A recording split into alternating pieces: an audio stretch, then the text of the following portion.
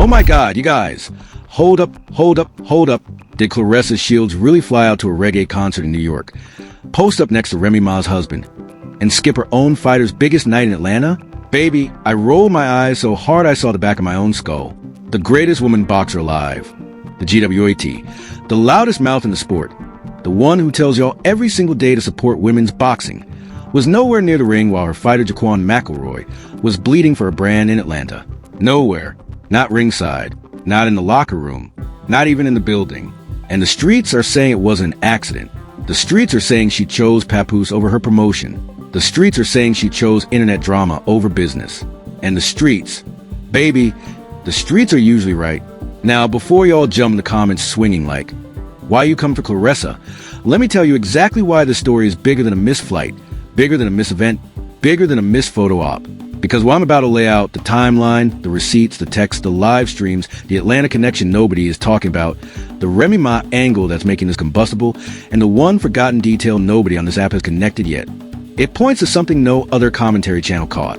Everybody is yelling about, she wasn't there. Nobody is asking the real question. Why wasn't she there? Who benefits when she's not? And what was she more afraid of losing? Her fighter's respect or her boyfriend's location? Pull up a chair. Get your tea. Lock the door, because this mess deserves a deep dive nobody else gave it. Let's rewind, because the timeline matters. The timeline always matters. The timeline is a crime scene. Atlanta wasn't some random Saturday card. Atlanta was a Win Records / Salita Promotions event. The night Jaquan McElroy, Flint, Michigan, Claressa's hometown, Claressa's signing, Claressa's loudest, "This is my fighter" social media campaign, was supposed to step into the spotlight she built for him. Claressa had been posting that fight for weeks. Papoose had been posting it. The hashtags were everywhere. Hashtag Claressa Shields Promotions. Come support my fighter. We outside. Flint to the world. Atlanta we coming. It wasn't a low-key card. It was the card. The card she begged her audience to show up for. The card she branded with her own face on the flyer. The card she went live 3 separate times to hype. And then fight night came, and she wasn't there, not ran late. Not stuck in traffic, not had a personal emergency, not flight got delayed. She was, according to every single person who clocked her location, in New York City, at a reggae concert, hanging tough in the same room as Papoose, who, and let me say this loud for people in the back, is still legally married to Remy Ma. Still married. Even the separation chatter, the maybe divorce talk, the messy timeline, none of it has produced a single signed divorce paper as of this moment. The man is technically tied to one of the most influential women in hip-hop, and Claressa Shields, boxing's most famous woman, was photographed as orbit while her own promotion bled for attention in Atlanta. That, my friends, is what we in the gossip game call a triple stack scandal. 3 stories layered on top of each other, like a club sandwich nobody ordered. Strip away one, and the other 2 still standing. Pull out a second, and the third is still moving. And the wildest part? Most people are only seeing the top layer. They see Claressa skipped her fighter's fight and think the story ends there. It doesn't. It barely begins there. I talked to some insiders. You know I always do. And they gave me 3 theories about why Claressa really skipped Atlanta. 3. Not 1. 3. Because the surface answer. She just didn't feel like going. Doesn't make sense for a woman who has built her entire brand on being the loudest voice in any room she walks into. Claressa doesn't miss spotlights. Claressa hunts spotlights. Claressa eats spotlights for breakfast and asks for seconds. So if she ran from this one, there's a reason. Let's get into it. Insiders are saying Claressa wasn't in New York for fun. She was there to watch, to monitor, to make sure that while Papoose was in his home city, surrounded by his old life, surrounded by his old people, surrounded by the ghost of Remy Ma sitting on every street corner, he didn't drift. She wasn't there to enjoy a concert. She was there as a human leash. And anybody who's ever been in a relationship where one person is way more emotionally invested than the other knows exactly what I'm talking about. You don't fly to your boyfriend's hometown during a reggae weekend because you love the music. You fly there because you don't trust what'll happen if you don't. And if that theory is true, baby, that is one of the saddest, most expensive insecurity tickets ever booked. Because she didn't just lose a weekend.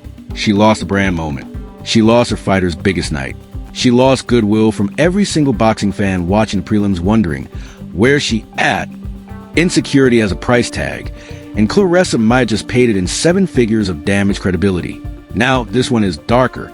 The streets are saying Remy and Claressa have been quietly throwing daggers at each other for months. Texts, subtweets, cryptic Instagram captions, story posts that disappear after 14 hours but live forever in screenshots. The kind of feud that never gets a press release, but everybody around them feels in the air like humidity. And the reggae concert in New York? That wasn't random. That was Papoose's circle. That was Remy's territory. Claressa pulling up to that event on Remy's home soil, while Remy's husband is on stage adjacent. That's not a date night. That's a flag planting ceremony. That's a, this is mine now, and I want you to see it move. And while Claressa was busy planting flags in Brooklyn, her own flag in Atlanta was getting trampled by everybody who showed up to a fight without a promoter. Because here's the thing about flag planting. You can only stand on one piece of land at a time. She picked the wrong piece. She picked the louder piece instead of the longer piece. This one is the most generous reading, and I want to give it to her. But even I can't fully sell it. Insiders connected to Win Records are saying Claressa was trying to triangulate. Papoose has music ties. Win has music and boxing ties. Atlanta has her next fight tied to it. New York has her relationship tied to it. She thought, I'm being generous here. That she could split the weekend, do New York for relationship and business networking, then beam herself to Atlanta for fight night. The plan supposedly fell apart somewhere between the concert and the airport. Maybe the timing didn't work. Maybe she didn't want to leave Papoose alone in NYC. Maybe she got caught up in the crowd, in the drinks, in the moment. Maybe she told herself she'd watch from a live stream and post a supportive Instagram caption and call it equivalent. Either way, the math didn't math, and the fighter she promised to elevate stepped into the ring with no promoter in his corner. If this is the real theory, it's not malicious. It's just sloppy. And sloppy from somebody at her level. That's almost worse than malicious. Sloppy means you've stopped taking yourself seriously. And in boxing, the moment you stop taking yourself seriously, the sport stops taking you seriously back. The sport is patient like that. The sport waits. The sport remembers. Now here's where it gets really uncomfortable. Because in the middle of all this, audio and chatter started leaking about Claressa allegedly sending threatening text messages to a woman she's been beefing with. The same woman who recently said on camera, "Me and Claressa are not cool anymore. Leave me alone." Said it with her chest. Said it tired. Said it like somebody who's been holding it in for months. Stop threatening me in the text messages. Stop threatening me in the text messages. Y'all hear what I'm hearing? Because that's not a casual beef. That's not subtweets. That's not Instagram shade. That's a paper trail. That's evidence. That's the kind of thing that, if it ever ends up screenshot in the wrong hands, doesn't just end a friendship. It ends contracts. It ends sponsorships. It ends a carefully curated GWOAT image she spent 10 years building. And the receipts of a text message, unlike a live stream, do not get to be deleted. They sit on a server somewhere. They wait. They surface at the worst possible moment. Always. And the woman went further. She said basically, I'm paraphrasing, I can deal with what I'm dealing with. I'm set in life. I'm good. I could cut my phone off tomorrow and my bills would still be paid. The difference between me and you is you don't have that security. Baby, that line right there, that's not a clapback. That's a forensic report. That's somebody who knows exactly how the financial machinery behind Claressa works and is telling the public real polite, she needs me more than I need her. Whether that's true or not, perception is reality. And the perception right now is that Claressa Shields, world champion, undisputed, multi-belt, pound for pound, is rattled, genuinely, visibly, embarrassingly rattled by a personal beef, while her fighter was in the ring without her. That's the part that makes everybody pause. That's the part that makes the boxing executives lean back in their chairs. Champions don't get rattled. Champions don't pull up. Champions don't beg. Champions don't argue with civilians on the internet. And champions, most importantly, don't miss their fighter's biggest night for an internet feud and a concert. Something cracked, y'all. Something cracked. And the question is what? Was it the relationship? Was it the workload? Was it the pressure of being the face for so long with nobody to hand the baton to? I don't know. Nobody outside the camp knows. But the crack is real, and you can see it from here. Now here is the angle every other commentary channel missed. Lean in. Atlanta isn't just where Jaquan fought this weekend. Atlanta is where Claressa's next fight is supposedly happening. Atlanta is where she needs to build a fan base. Atlanta is where Win Records, Salita Promotions, and her own brand are trying to plant their flag for the next phase of her career. Atlanta was supposed to be a soft launch for Claressa Shields, the Atlanta star. The interviews, the meet and greets, the local press, the radio drops, the I See You Atlanta Instagram lives. All of that was on the table. All of that was free promotion. All of that was already paid for just by showing up. The kind of organic buildup you cannot manufacture later for any amount of money. And she didn't show up. Do you understand how rare that opportunity is? Do you understand how many fighters would sell organs to have a weekend where the entire local media is primed and ready to cover them? She had a fight card, a fighter from her own promotion, an Atlanta crowd, an Atlanta press pool, and a brand-building runway laid out like a red carpet with her name embroidered on it. And instead of walking that carpet, she flew north to watch a man who isn't even legally hers sing along to songs that don't pay her bills, in a city that doesn't owe her a thing, in a borough where her name doesn't print money, in front of people who aren't going to buy a single pay-per-view of her next fight. This isn't just a missed event. This is a missed market. This is a missed quarter of her business plan. This is the kind of decision that, in 5 years, when she's looking back wondering where the Atlanta deal went, she's going to remember as the night she chose a concert over the calling, the night the data scientists at her own promotion will quietly mark on the spreadsheet, the night the numbers stop going up the way they should have. And here's the kicker. Salita Promotions win records, and the entire team noticed. They saw the empty chair. They saw the social media. They saw the trending post of her in New York while their event was happening. Promoters and partners don't forget. They don't tweet. They don't subtweet. They just remember. Quietly. Forever. And the next time her name comes up at a meeting, somebody's going to say, yeah, but, and that, yeah, but is going to cost her real money, real opportunities, real fights, real headliner slots that go to someone else with quieter weekends. Boxing fans, you remember this exactly. Oscar de la Hoya got dragged, and I mean dragged across hot coals barefoot, for not showing up to support Canelo Alvarez during Canelo's fight against Floyd Mayweather, the biggest fight of Canelo's career at the time. And Oscar, the promoter, the golden boy himself, the man whose entire business empire depended on Canelo's rise, decided he had something better to do. The boxing world ate him alive. Talking heads ate him alive. Fighters ate him alive. Fans ate him alive. Podcasts ate him alive for a year straight. To this day, that decision is still on Oscar's permanent record. Whenever somebody wants to question his commitment to his own fighters, that's the exhibit A they pull out. And Canelo eventually walked. Canelo built his own empire on his own terms, with his own people. That single absent night planted the seed for one of the most expensive promoter splits in boxing history. Now look at Claressa. Same exact movie, different cast, different gender, same script. The promoter skipping the fighter's big night because of personal drama, the fan base noticing, the commentators noticing. The fighter, the actual fighter who put in the camp, sacrificed time, made weight, walked the ring, noticing that the woman whose name is on his contract was 1,000 miles away, dancing to dub plates instead of cheering for him. Jaquan McElroy didn't say anything publicly. Real ones don't have to. Real ones just remember. And when his contract is up and other promoters come knocking with better offers and bigger purses, that memory is in a way more than any check Claressa can write. Memory is the most expensive currency in boxing, and Claressa just spent a lot of it for a New York weekend. That won't matter in 6 months. This is how empires crack. Not from one big mistake, from a series of small ones that all said the same thing. My attention is somewhere else. My priorities are somewhere else. My commitment is somewhere else. Oscar learned that the hard way. Claressa is currently enrolled in the same class, and the tuition is steep. The tuition is paid in fighters who leave, sponsors who don't call back, and ticket sales that quietly underperform. Let's talk about Papoose, because we have to.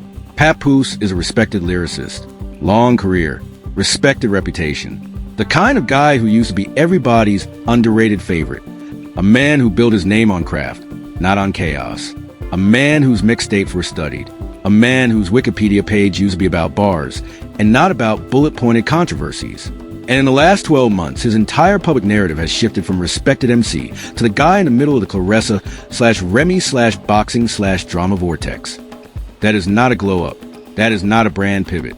That is a man whose Wikipedia page just added a controversies section nobody asked for and nobody is going to delete. And the question I keep coming back to is, what is Papoose actually getting out of this? Because here's what I see. Claressa is the most famous woman in boxing. She's got the platform. She's got the trending. She's got the brand. Papoose is currently riding her wave more than the other way around. Every time her name trends, his name trends adjacent. Every drama beat, he's tagged. Every magazine post, he's mentioned. He's gone from being a hip-hop figure to being a hip-hop appendage. And for some men, that's fine. For some men, that's actually the plan. But the streets, and you know I love when the streets are loud. The streets are saying he's been steering some of her business moves, whispering in her ear about events, contracts, who to sign with, what city to fly to on what weekend. And whether that's true or not, the optics are devastating. Because the moment people start believing that Papoose is the brain behind Claressa Shields Promotions, Claressa Shields Promotions stops being Claressa's. It becomes a co-brand she didn't sign up to share with a man who hasn't earned a stake. And here's the part nobody is saying out loud. Remy Ma may be the biggest winner of this entire saga. Think about it. Her music started getting extra spins during the height of the drama. Her relevance got rebooted without her having to do a single press cycle. Every time Claressa trended, Remy got mentioned. Every time Papoose trended, Remy got mentioned. Remy didn't have to fight a single round of this beef, and she walked away with new streams, new fans, and a redeemed underdog narrative. That, my friends, is how a real chess player plays a soap opera. Sit back, stay quiet, let the messy people make you look composed. Remy is sipping tea in a tower while everybody else is in the mud, and she's getting paid in residuals. Now I want to be fair. I want to keep it logical and unbiased. Because the moment people heard critics coming for Claressa, the defense lines went up. Why y'all not coming for the men promoters who do the same? Why y'all so hard on her? She's a GWOAT. Leave her alone. And listen, there's a real conversation buried in there. Women in boxing have been picked apart for decades, held to standards male promoters laugh at, criticized for things their male peers literally make memes about. That's all true. That's all real. That's all worth defending. But, and this is a big but, defending a woman from unfair criticism is different from shielding her from fair criticism. And what Claressa got hit with this weekend was fair. It was direct. It was specific. It wasn't about her gender. It wasn't about her body. It wasn't about her voice or her style or her hair or her makeup. It was about a verifiable, observable, undeniable absence at a critical business moment. And when the criticism is fair, you don't get to hide behind the unfair criticisms that came before it. That's not fairness. That's a smokescreen. That's using the dust of past battles to cover the failure of the current one. Same energy across the board. That's the rule. We drag a male promoter for skipping his fighter's big night to chase a relationship in another city.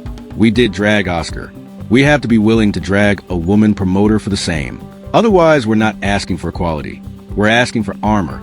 And armor is heavier than it looks. Armor weighs you down. Armor prevents growth. Armor stops the lessons from landing. The very thing we think is protecting her is actually keeping her from leveling up.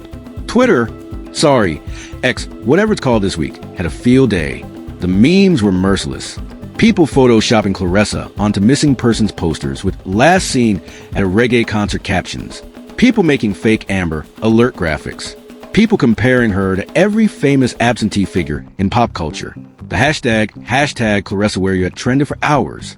There were entire threads dedicated to imagined phone calls between Jaquan and Claressa, where the punchline was always silence. There were entire TikToks where the only sound was crickets layered under a photo of an empty corner. And while some of it was funny, I'll admit, some of it was funny, a lot of it was cruel, a lot of it crossed lines, a lot of it had nothing to do with the actual criticism, and everything to do with the pure pleasure people take in watching a confident woman stumble. And that's the part that makes me want to offend her, even while I'm criticizing her, because the criticism is fair, but the cruelty is not. There's a way to say, you should have been at your fighter's event, without turning it into a referendum on her whole existence. The internet is bad at that distinction. The internet flattens everything into either icon or trash. And Claressa right now is being flattened into trash by people who, 6 months ago, were wearing her merch. That's not loyalty.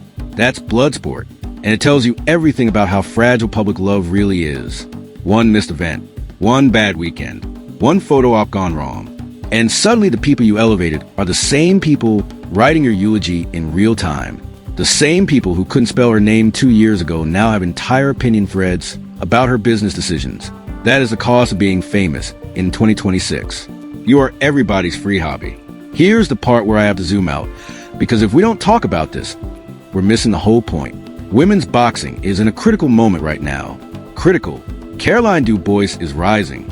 Alicia Baumgardner is rising. Savannah Marshall is still circling. Michaela Mayer is still talking. The division is finally getting the attention deserved a decade ago. And Claressa Shields, as the most famous name in the sport, has a responsibility she did not ask for but absolutely inherited. She is the face. She is the gate. She is the marketing. Every time she chooses spectacle over substance, the whole division pays the bill. Every time she trends for chaos instead of craft, every younger woman fighter pays a quiet tax on her behalf. When she missed Jaquan's fight, she didn't just miss her own fighter.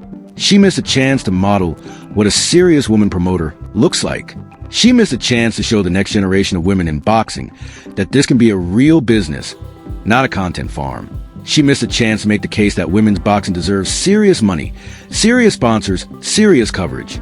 Because the moment the most famous woman in the sport treats her own promotion like an afterthought, every executive on the fence about investing in women's boxing leans back and goes, yeah, maybe not yet. That is the real cost. That is a cost she may never see directly. But every younger woman behind her will feel for years. Decades, maybe. The seeds you don't plant in 2026 don't grow into trees in 2031. And somebody's going to be sitting under that missing shade asking how we got here. And that's why I'm hard on her. Not because I don't love her. Because I do. Because I rooted for her. Because I want her to be the GWOAT she keeps telling us she is. But you don't get the GWOAT title from the wins alone. You get it from the way you carry the sport on your back, even when you don't feel like it. Especially when you don't feel like it. Ali carried boxing. Tyson carried boxing. Mayweather carried boxing, controversially, but he carried it. The GWOATs don't take weekends off from the responsibility. And right now, Claressa is taking a weekend off, and the sport is bleeding because of it. The blood drips quietly. It doesn't make the headlines, but the ledger remembers. Let me say something else uncomfortable. The longer Papoose stays attached to the story, the worse it gets for both of them. For him, because his music releases are getting drowned out by tabloid headlines. His features get fewer streams when the algorithm is feeding people drama clips instead of music videos. He's not getting written about as an MC anymore. He's getting written about as a plot device. That is the slowest death a rapper can die. Being demoted from artist to character, from subject to scenery, from the verse to the background. The fans you spent 20 years earning don't follow you into the gossip blog. They drift. They quietly unfollow. They don't make a scene. They just stop pressing play. And one day your monthly listeners look different, and you don't know exactly when the bleed started, but the bleed is real. And for her, every additional photo, every additional live stream, every additional cryptic post just deepens the perception that this relationship is the center of her life, and the sport is the side hustle, whether that's true or not. And I genuinely don't know. I'm not in her bedroom. I'm not on her phone. The perception is what kills careers. Sponsors don't care about truth. Sponsors care about narrative. And the narrative right now is Claressa is distracted. That word, distracted, is the most expensive word in athletics. The moment that word attaches to your name, deals start quietly disappearing. Endorsement renewals get pushed. New offers get rerouted. Nobody tells you to your face. They just stop calling. They stop emailing. They stop showing up. And then one day you wake up and your manager is having a hard conversation about your tax bill. And you're wondering where the runway went. The runway didn't disappear. The runway moved. To somebody who didn't skip a fight night for a concert, can we please, just for a second, sit with what Jaquan McElroy must be feeling? Because everybody's talking about Claressa, Papoose, Remy, the text, the concert, the optics, and we forgot the actual human in the ring. Jaquan McElroy got up early every morning of camp, ran the miles, took the punches in sparring, made weight, said no to meals, said no to the drinks, said no to the rest, said no to his own family birthday parties, said no to 1,000 small joys for one big night, because his promoter told him this was the night. His promoter sold him on the dream. His promoter made him believe Atlanta was going to be his coming out party.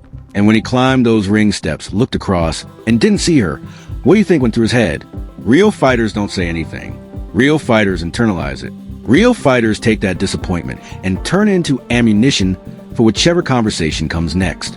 And let me tell you, the next conversation Jaquan has with his team about whether to re-sign with Claressa's promotion, that absence is going to be in the room. It's going to be the third chair at the table. It's going to be the silent variable nobody mentions, but everybody factors in. And that is how a promotion bleeds talent slowly, without ever firing anybody. Not because the contracts ran out, because the trust did. Trust is the only currency that matters between a fighter and promoter, and trust does not refund. Trust does not regenerate. Trust does not get patched up with a Cash App apology and a public Instagram post. Trust either is or isn't. And right now, the math on Jaquan's trust just got recalculated. Okay, look, I'm not here to bury her. I'm really not. I'm here to call like I see it and hope that somebody in her camp is also seeing it. Because if she wakes up Monday morning and pivots correctly, this whole weekend can become a footnote instead of a chapter. Here is what a pivot looks like. Step 1. Acknowledge the absence. Don't spin it. Don't deflect. Don't blame travel. Don't blame personal reasons. Don't post a long paragraph with too many emojis. Say plainly, I should have been there. That's it. One sentence. The internet will eat that sentence and digest it and move on faster than you think. Spin only feeds the algorithm. Spin is gasoline. Truth is water. Step 2. Show up physically, visibly, repeatedly for Jaquan and every other fighter on a roster for the next 6 months. Ringside, locker room, press conferences, weigh-ins, sparring sessions. Every single time. Make her presence so loud and so consistent that this weekend becomes the anomaly, not the trend. Make the body of evidence overwhelming on the side of showing up. That's the only way the asterisk goes away. Step 3. Quiet the personal life. Not delete it. Not hide it. Just quiet it. Stop live streaming the feuds. Stop posting through the messiness. Let the boxing be the loud thing and the personal life be the background. Right now those volumes are flipped and the public can tell. Step 4. Build the Atlanta story for real. She's got a fight tied to that city. She's got time before it happens. Put in the press tours. Do the radio. Hit the gyms. Visit the schools. Visit the youth boxing clubs. Sit on a panel at a local college.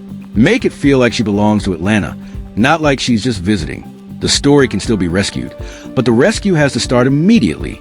Every day she doesn't pivot is a day the narrative hardens. Narratives become concrete fast. You have a window of maybe 2 weeks before this version of events becomes the official version. If you are watching this and you are not a celebrity, not a promoter, not a fighter, not anybody on a brand deal, there is still something here for you. Because what Claressa is going through is a universal trap of confusing attention with success. The internet makes us all promoters now. Every Instagram story is a campaign. Every tweet is a press release. Every TikTok is a pitch deck nobody asked for. And the most addictive thing in the world is being talked about. Being talked about feels like winning even when you're losing. Being talked about feels like brand growth even when it's brand damage. Being talked about feels like relevance even when it's reputational decay. And the only way to survive that addiction is to ruthlessly check every single day. Is this conversation about me building something or breaking something? If the answer is breaking, get off the apps. Get back to the work.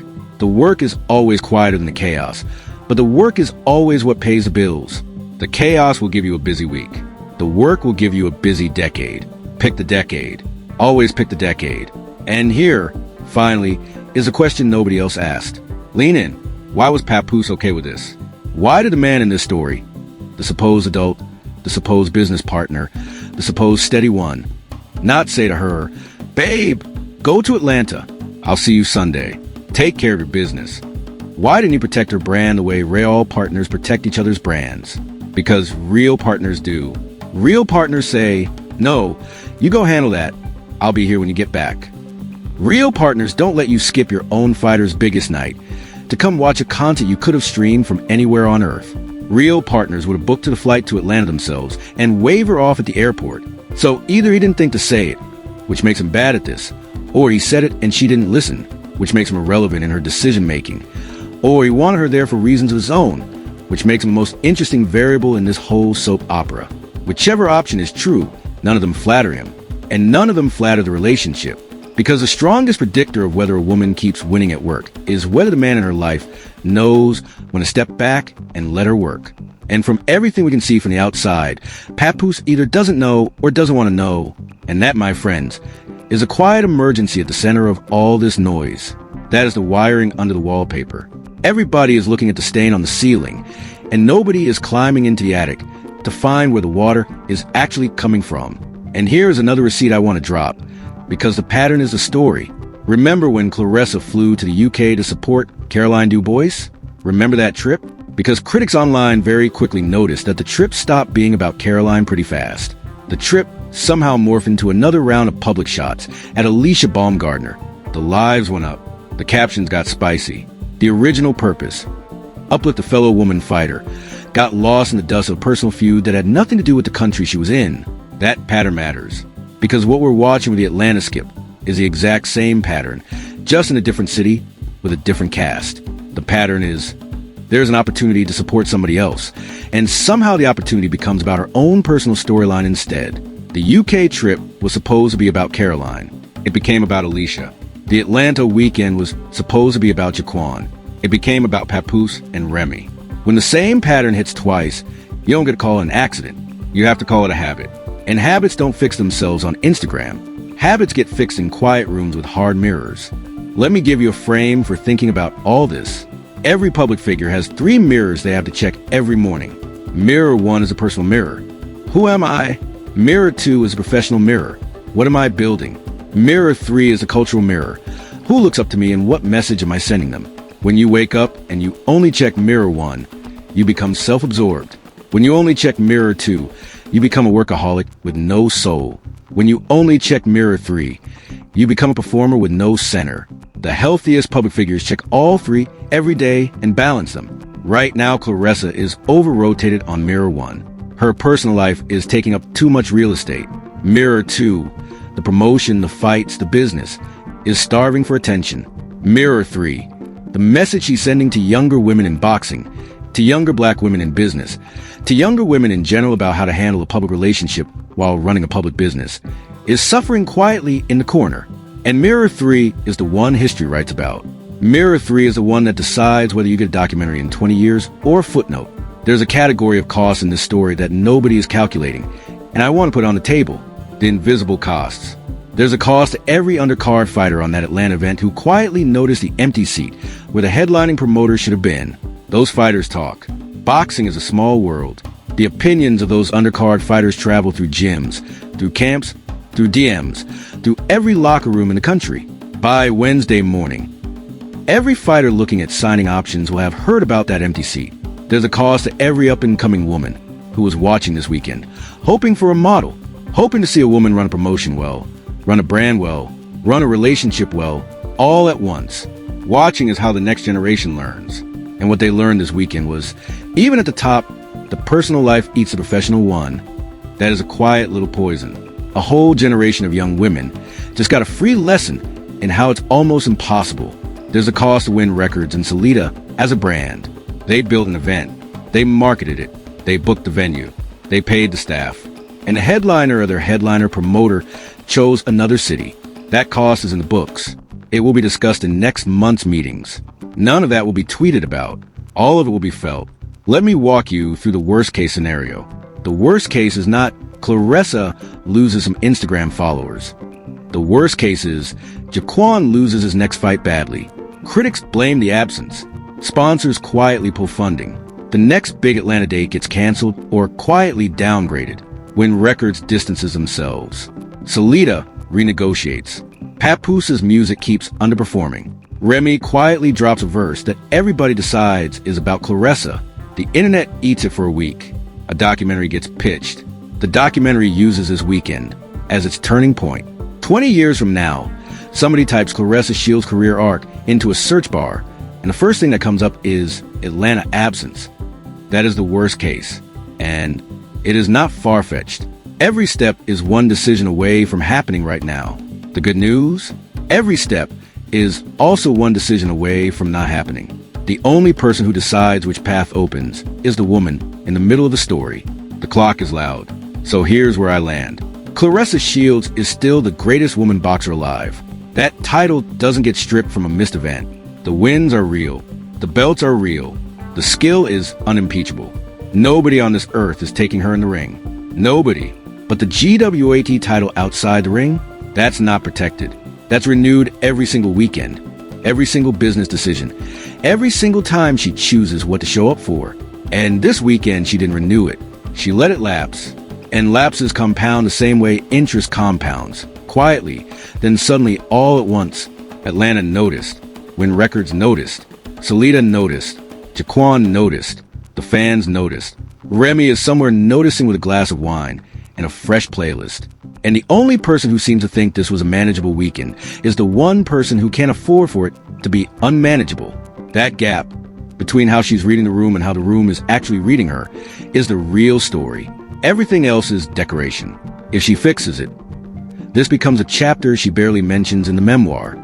If she doesn't, this becomes a turning point everybody points to in 5 years when they're writing the What Happened to Claressa Shields think pieces. The choice is hers. The clock is hers. The mic is hers. Use it, sister. Use it right. Because the next time your fighter steps into the ring, somebody better be wearing your name and looking up and seeing your face. Otherwise, the empire you built, it builds without you. And empires that build without you stop being yours. They keep your name on the door for a little while out of nostalgia until they don't. Y'all, let me know in the comments. Was she wrong? Was the backlash fair? Is Papoose helping her or holding her hostage in plain sight? Is Remy the real winner here? And do you think she can pivot fast enough to save the Atlanta launch? Drop your thoughts below. Like the video if you made it this far. Subscribe if you want more breakdowns that go past the headline and into the wiring. And share with a friend who keeps texting you. Did you see what Claressa did this weekend? Because they did. We did.